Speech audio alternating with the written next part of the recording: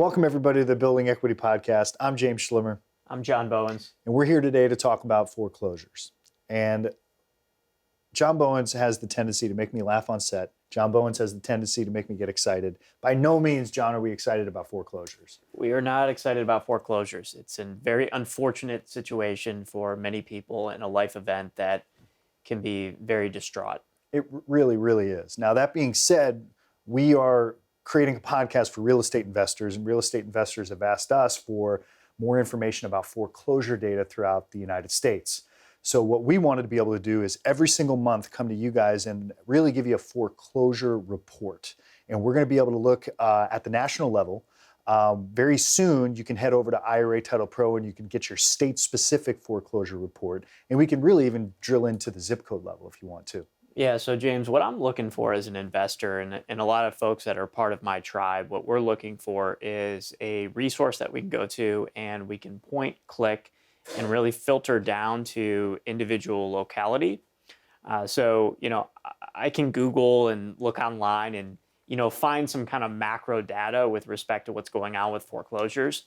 But what I'm more interested in as a real estate investor, as an entrepreneur is, okay, how can I actually drill down to a specific zip code? So if you have tools or resources, we would love to know what those look like. So what we're going to be able to do every month is you and I will kind of give the state of the foreclosure industry, however you want to say it, at the national level. And that's what we have up on the screen here. When the investors can sign up, they're going to get their state-specific information, right? And then they can actually reach out to us at IRA Title Pro, and if they want us to look up a zip code, I can't give them access to the tool, but they can absolutely reach out to us via website chat, text message, phone call, what's going on at my zip code level, and we can figure out a way to be able to get that information to them very, very quickly. So even better, I simply provide which location, and I'm getting a monthly update on what's happening in that specific location. State in the beginning. State. And then we can work on, as soon as I crack the code on the state, then we can drill into the zip code as well. Okay. So it's coming.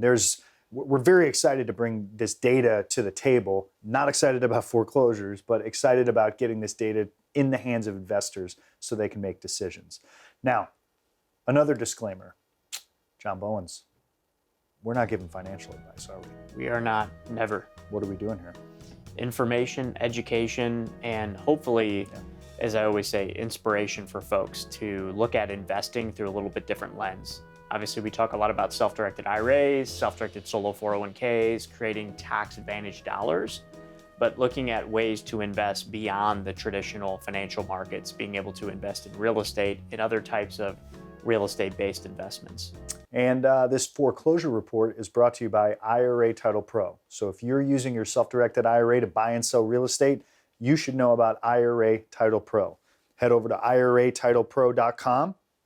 Take a look at everything that they have to offer for you. Click on the resources tab and you can see all the tools, resources, everything that will help you during your buying, selling, or lending journey. Did you like how I did that? I love it. It was flawless. It was a flawless commercial. I just want to sit here and just bask in the essence of it a little bit, right? No? All right, let's get down to business. All right, if we're talking about foreclosures, right, let's start from the beginning. And here's what I want to do, John, because you're brand new in this dashboard, so I want to be able to show you what we're looking at here. When we talk about a foreclosure, right, there's a journey foreclosures go through, right? And there's the knock at the door, right? And typically, just prior to the knock at the door, the bank filed what they call a notice of default or a lis pendens, depending upon the state, right? And essentially, we call that the start of the process. So we want to be able to track right up here is how many starts happened throughout the United States. And you can see here that there's about 14,263. Now, this foreclosure report we're doing today is going to be a little bit longer than what we'll see moving forward monthly because this is the first one. So here we are in where we have September's information, right? There was a negative 6% drop, almost 7% drop from August in starts. But let's take a look here and let's just go through very quickly and bring everybody up to speed. So in January, there was about 7,200. Great. Not great, but February, 10,640. It's also important to note that during COVID, there was essentially foreclosures were turned off, right? So what we're seeing now is that these are slowly creeping in, right? So when you're looking at the percentages on our dashboard here, the percentages don't really tell the whole story because they're going to tell a story that doesn't make much sense. I'll give you an example. 1,200% increase. Well, that sounds really, really scary. Well, compared to what? Well, the previous period in Kentucky, there was 1. Now there's 13. Right. So it's 1,200%. So it's nothing to get excited about. And I think it's important also to note, John, that I'm trying for us to be ahead of the curve here. I think that there's going to be an increase in foreclosure activity, right? Based on creative lending, because interest rates are high, adjustable rate mortgages that are adjusting, and there's now a higher interest rate, and unemployment getting pulled up. Not happy about any of this stuff. It's just the reality of where our economy is headed over the next 18 to 24 months. And I think us being able to offer our real estate investors the ability to track this, excuse me, is beneficial. Okay? So if we head over to March, you can see this jumps to about 13,000. And I'm just going to take us through very quickly here. And again, we kind of held steady in April. In May, we're at 14,500. And we're just talking about the starts here, John Bowens. June, 14,100. 13,600. And when we get to August, this was the peak so far for the year. Now, we're obviously in mid-October. The numbers here we're talking about are through the end of September. From January to August, there was a 110% increase. Okay? And where I think it's important to note is that that number year to date, you're talking about 32,000, actually 117,000 starts throughout the entire country. Okay? Now, it's also important to note the great financial crisis, right? The peak. This number over here, the bank owned. This is when literally the bank takes over the property, right? So there was a foreclosure sale and the bank took possession. 31,265 is where we're at so far year to date in 2022. At the peak of the Great Recession, this number was 110,000 in 1 month. Wow. Okay? So we're not talking about a lot of REO properties throughout the country right now. But look at the top of the funnel here. It's growing, right? And this, for real estate investors, this would mean that there's potentially opportunities in one's area. So I'm going to get to the most current information. The top states. Nebraska. Never would have known if we didn't have this data, that Nebraska. And what are we looking at? What's the difference in Nebraska, John Bowens? Is that in August they had 38 starts. Here we're at 69. And you've got Massachusetts in the number 2 spot, Maine, Nevada. And again, you should be able to head over to IRA Title Pro. You'll see foreclosure information and you'll be able to sign up for your state-specific report. I'll drill into one of the states too so you can see what it looks like. But the top 10 states for at least the start of the foreclosure process in September of 2022, you're going to have Nevada in the number 4 spot, Pennsylvania in the number 5 spot, and you can see here 623 starts in the entire state. And what we're looking at here is not so much the total number, it's the percentage is what's making this hit here. So the percent change in that month, just so you know. Okay? So if you're like, well, wait a second here, there's only 61 in Hawaii here, but it's a 45.24%. That's how the chart's set up. We've got Maryland, Connecticut, Oregon, New Mexico. Now, John Bowens, I know you're interested in metropolitan areas. You always talk to me about that. Remember the time you called me on speakerphone? You said, hey, what's going on in the metropolitan market? I don't remember it, but here we go. Here we go. Look at this, Bismarck, North Dakota. again, don't get hyped up on the percentages, but look more at the transactions. So Quantity. in August there was 1, and now in September there was 6. So that's why this is showing up the way it is. But we've got El Paso, Scottsbluff, Nebraska. There's Dillon, South Carolina. We've got Ellsworth, Maine. Fort Dodge, Iowa made the list, and Greenfield, Ohio. Okay, so those are the starts. The second phase of the foreclosure process, John Bowens, is you have a notice of trustee sale or notice for sale. This is when the judge says, hey, we're putting this home up for auction.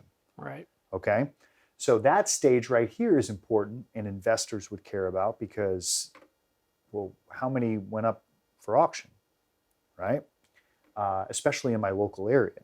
And if you're not, you have the ability to go to your clerk of court's website or your county website, and usually there's a list there because they have to advertise it, right? So we can see here that there's about 14,064 as we go, and I can't really see my screen. Here we go, perfect.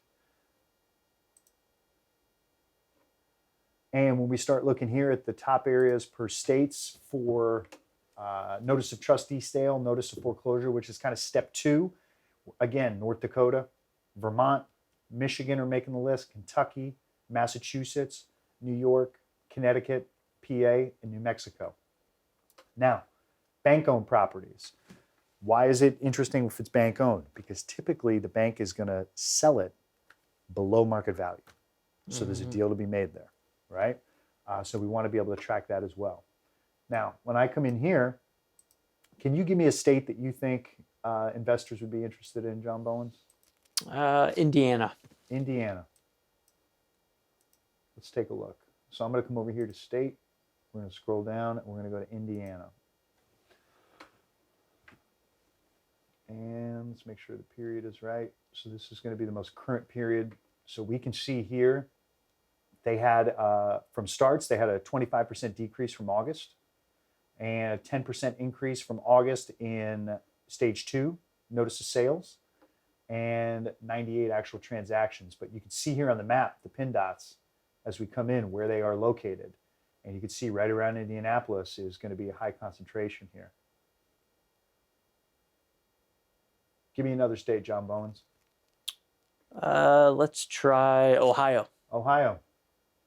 So you want Ohio? John Bowens, you got Ohio.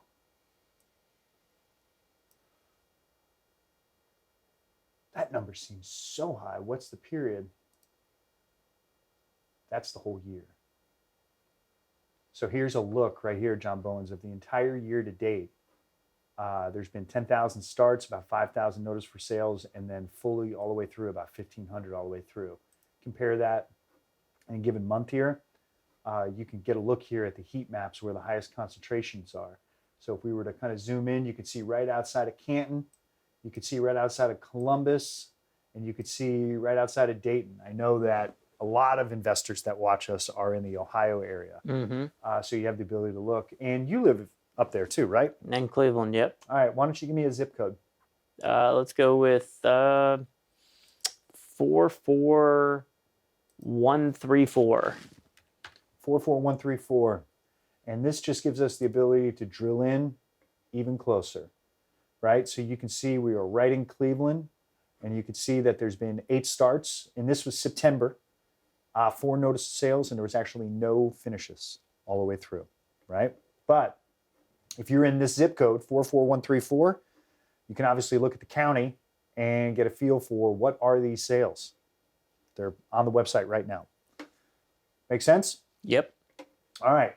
So essentially, that's what we're looking to do here. Every month, John and I will be sitting down and we're going to go over kind of the state of the foreclosure industry throughout the United States. And then you obviously have the ability to head over to IRATitlePro.com. You can sign up for your state-specific report.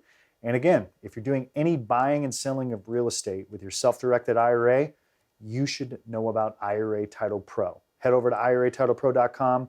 Reach out either via text message or website chat or phone call. Talk to the team down there. They're experts in getting you through the closing process when you're buying and selling with your IRA. And we're happy to work with you. And anything you want to say, John? I'll just mention I've been a part of hundreds of real estate transactions with self-directed IRAs, self-directed 401ks, other types of self-directed accounts. And it is a little bit different process. And some people are a little bit apprehensive at first because they might be working with a title company that's inexperienced with self-directed IRA closings. But the reality is it's not overly complex. It's just that they may not have done it before. And so working with a title company that is, call it self-directed IRA friendly, that understands the process, understands the relationship between the customer, the custodian, that being Equity Trust, and the title company, and the other parties involved is really, really important. And it's obvious that IRA Title Pro has a deep understanding of that process, and it has folks that come from the self-directed IRA world. So I would encourage folks to go to IRATitlePro.com and check out the information and the other educational material that's offered there. You know what a lot of your investors are tired of saying? It's not a trust. It's not a trust. They're tired of telling the title company, it's not a trust. Right. Because all the local title companies say, can I get the trust documents, please? Right. The big difference is a lot of people see Equity Trust Company custodian for the benefit of a customer. Yep. And they think, okay, Equity Trust is the fiduciary trustee, but Equity Trust is not a fiduciary trustee. We're a trustee in the sense that we are the custodian, trustee custodian, if you will, of the IRA, but the account holder has the discretion to make all of the decisions. In fact, the individual account holder can sign all of the closing documents. A lot of investors think that they have to have Equity Trust sign the closing documents. There are processes and procedures in the event that that needs to occur. But by and large, you as the account owner, as the IRA account owner, you are in full control of your self-directed IRA. You make all the decisions and you determine when you want to send the money to the title company. You know what I think about when you talk about IRAs and real estate? What's that? I think about, could you beat Tom Cruise in a 40-yard dash? Answer is probably no. I couldn't. They say he's very quick. Yes, I probably couldn't, but I stay in my lane of self-directed IRAs, and he can stay in his lane of fitness and. You don't believe that you have? You don't believe you have the attributes to be a major motion picture Hollywood star? I do not. No. Come on, John Bowens. Well, listen. Thank you guys so much for making it. We're going to be click subscribe next month. Check out the foreclosure report. Check out our state of the market where we go over all of the real estate metrics. And as always, I look forward to coming back here. Thanks, John. Thank you.